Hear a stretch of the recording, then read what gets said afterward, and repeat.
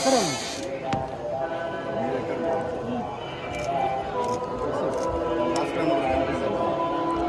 बस का सर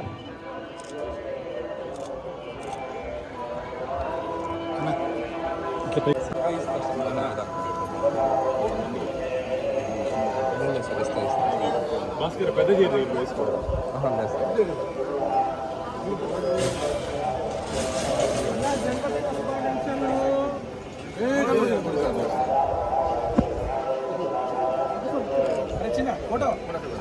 గత సంవత్సరం కూడా జన్మదిన సందర్భంగా స్వామివారి దర్శించుకోవడం జరిగింది.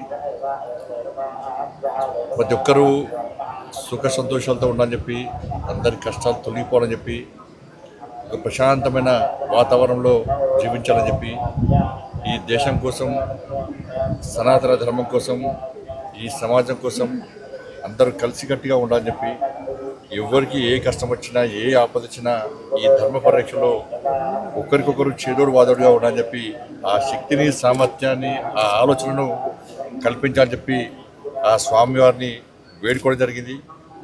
దాంతోపాటు ఒక శక్తివంతమైనటువంటి భారతదేశ నిర్మాణం కోసం, ఈ దేశ రక్షణ కోసం, ఈ దేశ అభివృద్ధి కోసం, ఈ దేశంలోని పేద ప్రజల సంక్షేమం కోసం అహర్నిశలు శ్రమిస్తున్నటువంటి ప్రియతమ నేత, దేశ ప్రధాని నరేంద్ర మోడీ గారికి నిండు నూరేళ్ళు ఆరోగ్యాలు ఇవ్వాలని చెప్పి, వారికి ఆ శక్తిని, సామర్థ్యాన్ని ఇంకా కల్పించాలని చెప్పి, వారికి ఎప్పుడు స్వామివారి యొక్క మంగళాశాసనాలు ఉండాలని చెప్పి ఆ స్వామివారిని వేడుకోవడం జరిగింది. దాంతోపాటు టీటీడీ సంబంధించి మా భానుప్రకాష్ గారు టీటీడీ బోర్డు మెంబర్గా ఉన్నారు. సరే, అనేక అంశాల మీద వారు మొదటి నుంచి కూడా గతంలో భారతీయ జనతా పార్టీ నాయకులు ఉన్నప్పుడు కూడా అనేక సమస్యల మీద ఫైట్ చేసినటువంటి అనుభవం వరకు ఉంది. ప్రశ్నించేటువంటి స్వత్వం మరి ఇప్పుడే వారికి కూడా జరిగింది. నాయుడు గారు కూడా నాకు చాలా దగ్గర మనిషి. వారి బ్లెస్సింగ్స్ కూడా గతం నుంచి ఎప్పుడు కూడా నాకు ఉంటా ఉంటాయి. నేను కూడా రిక్వెస్ట్ చేస్తా ఉన్నాను,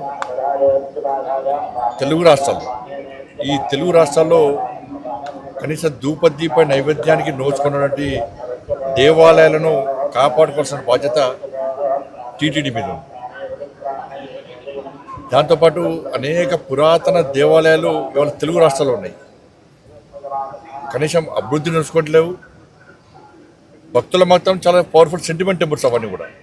కానీ ఇలాంటి అభివృద్ధి నోచుకోలేక, నిధులు లేక చాలా ఇబ్బంది పడుతున్న తరంలో వాటిని గుర్తించి ఆ దేవస్థానాలు కూడా సంవత్సరానికి వస్తారు, సంవత్సరానికి 2 సార్లు జాతరలు జరుగుతూ ఉంటాయి, ఉత్సవాలు జరుగుతూ ఉంటాయి, లక్షలాది మంది భక్తులు దర్శించుకుంటారు.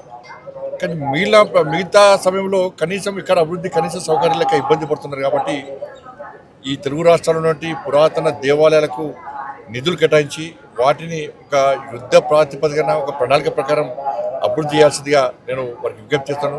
నా కరీంనగర్ పార్లమెంటు నియోజకవర్గానికి సంబంధించి కరీంనగర్లో గతంలో దేవాలయ నిర్మాణం కోసం భూమి పూజ జరిగింది. దాంతోపాటు అక్కడ దేవాలయాన్ని, కరీంనగర్ నగరంలో దేవాలయం నిర్మించడం, దాంతోపాటు కొండగట్టు, వేములవాడ, ఇల్లంతకుంట రామాలయం, ఈ 3 దేవస్థానాలు కూడా అభివృద్ధి కోసం నిధులు కేటాయించి సహకరించాలని చెప్పి టీటీడీ చైర్మన్ గారికి, అదేవిధంగా గౌరవ పాలకవర్గ సభ్యులందరూ కూడా మా భానుప్రకాష్ రెడ్డి గారి ద్వారా నేను విజ్ఞప్తి చేస్తున్నాను.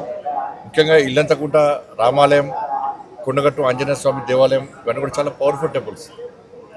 కాబట్టి ఆ నియోజకవర్గంలో ఉన్నటువంటి ఆ దేవాలయాలు కూడా నిధులు కేటాయించి కాపాడాలని మేము గుర్తున్నాం. ఎందుకంటే హిందువుల ఆస్తి. ఇవాళ ఇంత ఘోరమైన విషయం అంటే, నిన్న నేను కాటేజీలో ఉన్నప్పుడు ఒక ఉద్యోగస్తుడు వచ్చిండు. సార్, హిందువుల ఆస్తి, హిందువుల హక్కు తిరుమల తిరుపతి దేవస్థానం. ఇవాళ మనం కింద నుంచి పైకి స్వామివారిని దర్శించుకోవాలంటే ఇతర మతస్థులు కానీ, ఇతర దేశస్తులు కానీ ఒక డిక్లరేషన్ ఇచ్చి పైకి రావాల్సి వస్తుంది. స్వామివారి విశ్వాసం, నమ్మకం ఉంది అని చెప్పి ఒక డిక్లరేషన్ ఇచ్చి రావాల్సి వస్తుంది. ఇది గతం నుంచి జరుగుతున్న ఆనవాయితీ. కానీ దురదృష్టవశాత్తు ఏంటంటే, టీటీడీ ఈ దేవస్థానంలో దాదాపు 1000 మందికి పైగా ఇతర మతస్థులు. స్వామివారి మీద విశ్వాసం, నమ్మకం లేదు. హిందూ సనాతన ధర్మం మీద వారికి ఆలోచన లేదు. ఆ సనాతన ధర్మాన్ని కాపాడాలి, సనాతన ధర్మానికి అనుగుణంగా వ్యవహరించాలని చెప్పి ఆలోచన వరకు లేదు.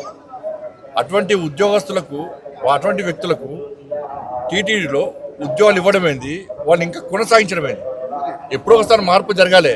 అరే గతం నుంచి ఉన్నారు వాళ్ళు, మేము ఏం చేయలేమంటే అది చేతకాంతనం అవుతుంది. నేను భానుప్రకాష్ రెడ్డి గారు చెప్తున్నా, పాలక వర్గానికి నేను ఘాటుగా చెప్తున్నాను, ఇటువంటి పద్ధతి మంచిది కాదు. మీరు ఎంత అభివృద్ధి చేసినా, బయట భక్తులకు అన్ని సౌకర్యాలు కల్పించినా కూడా ఇతర మతస్థులు ఈ దేవాలయంలో ఉండడం వలన వాళ్ళ ఆచార వ్యవహార విషయంలో చాలా ఇబ్బందులు వస్తున్నాయి. అది బయటికి రాకపోవచ్చు. ఏదో సత్రం కాదు ఇది, అన్ని మతాలకు ఇవ్వడానికి ఇదో సత్రం కాదు. చాలామంది అర్చకులు కానీ ఈ సనాతన ధర్మం మీద ఆధారపడిన ఉద్యోగాలకి చాలామంది ఇబ్బంది పడుతున్నారు. కాబట్టి జీతభత్యాలు ఇచ్చుకుంటూ స్వామివారి మీద విశ్వాసం నమ్మకం లేని వ్యక్తులను ఏ విధంగా మీరు ప్రోత్సహిస్తారు? గతం నుంచి వస్తున్నప్పుడు కూడా ఎక్కడో ఒకడ పురుష బిడ్డల వాటికి అరే నాకు ఆశ్చర్యం అనిపిస్తుందండి. ఇతర దేశాలకు దేశం సత్రంగా మారింది, తెలుగు రాష్ట్రాలు సత్రంగా మారింది. వాళ్ళకి ఆధార్ కార్డు ఇస్తాము, పాస్పోర్ట్లు ఇస్తాము, వాళ్ళకు రేషన్ కార్డు ఇస్తాము, వాళ్ళకి డబుల్ బెడ్రూమ్లు ఇస్తాము, వాళ్ళకి పెన్షన్ ఇస్తాము. ఇతర మతస్థులకు టీటీడీలో ఉద్యోగాలు ఇస్తాము. ఇది పద్ధతి కాదు. దీన్ని పూర్తి స్థాయిలో ప్రతి హిందూ కూడా దీన్ని వ్యతిరేకిస్తాడు. దీన్ని వెంటనే నిర్మూలించాల్సిన బాధ్యత పాలక వర్గం మీద ఉంది. ఇవాళ బయట మొత్తం చర్చ జరుగుతున్నది, తెలుగు రాష్ట్రాల్లో చర్చ జరుగుతున్నది. నిన్నగాక మొన్న మీరు ఒక ఉద్యోగస్తుని సస్పెండ్ చేశారు.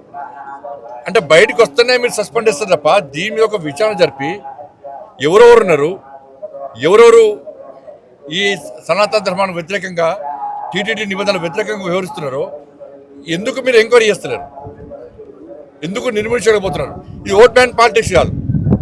ఓట్ బ్యాంక్ పాలిటిక్స్ కోసం కూడా టీటీడీని ఉపయోగించుకుంటే అంతకన్నా మూర్ఖత్వం ఇంకోటి కాదు, ఈ పిరిగితనం ఇంకోటి కాదు. నేను దయచేసి మళ్ళీ విజ్ఞప్తి చేస్తున్నా, ఇది ఏ ఒక్కరి ఆస్తి కాదు, ఇది హిందువుల ఆస్తి. స్వామివారి విశ్వాసాన్ని నమ్మకం హిందువుల యొక్క ఆస్తి తిరుమల తిరుపతి దేవస్థానం. అటువంటి ప్రాంతంలో ఇతర మతస్థులకు ఉద్యోగాలు ఇచ్చేటువంటి పరిస్థితి నుంచి బయటికి రావాలి. ఉన్న ఉద్యోగస్తులను వెంటనే తొలగించాల్సిన బాధ్యత వాళ్ళ టీటీడీ పాలక మండలి ఉన్నది. నిన్న మతము రెచ్చగొట్టడం కాదు, వాస్తవం. ఒక మసీద్కి వచ్చి చర్చి పోయి ఒక నామం పెట్టుకొని నేను పోతే నాకు ఉద్యోగం ఇస్తారా? నాకు రాణిస్తారా నన్ను? అరే మసీదులో చర్చిలో మాత్రం ఇతర హిందువులకు అవకాశాలు ఉన్నాయి. కానీ ఇదే సత్రం అయిదమన్నా కుక్కడికి వస్తున్నాయా పైసలు ఆస్తి అంతా కూడా? ఎవరు ఆలోచన ఇది? ఎప్పుడు మారుతుంది? ఇంకా మారాల్సిన బాధ్యత, మార్చాల్సిన బాధ్యత ఉందా లేదా? ప్రభుత్వాలు మారుతున్నాయి, పాలక మండళ్ళు మారుతున్నాయి, కానీ ఈ పద్ధతి మాత్రం ఇతర మత తొలగించడం మాత్రం మారతలేదు. ఈ పద్ధతి మంచిది కాదు. దీన్ని వెంటనే నిర్మించాల్సిందిగా నేను డిమాండ్ చేస్తాను. ఇది మంచి పద్ధతి కాదు.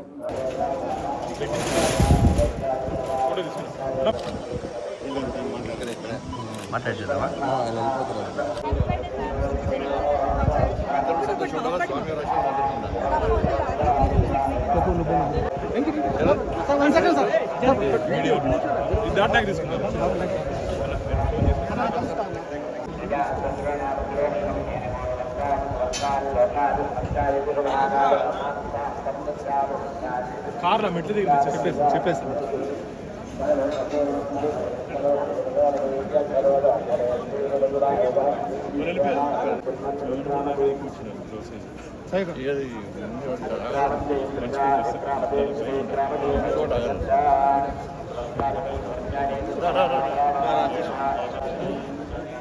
అసలైన తొలి వెలుగు.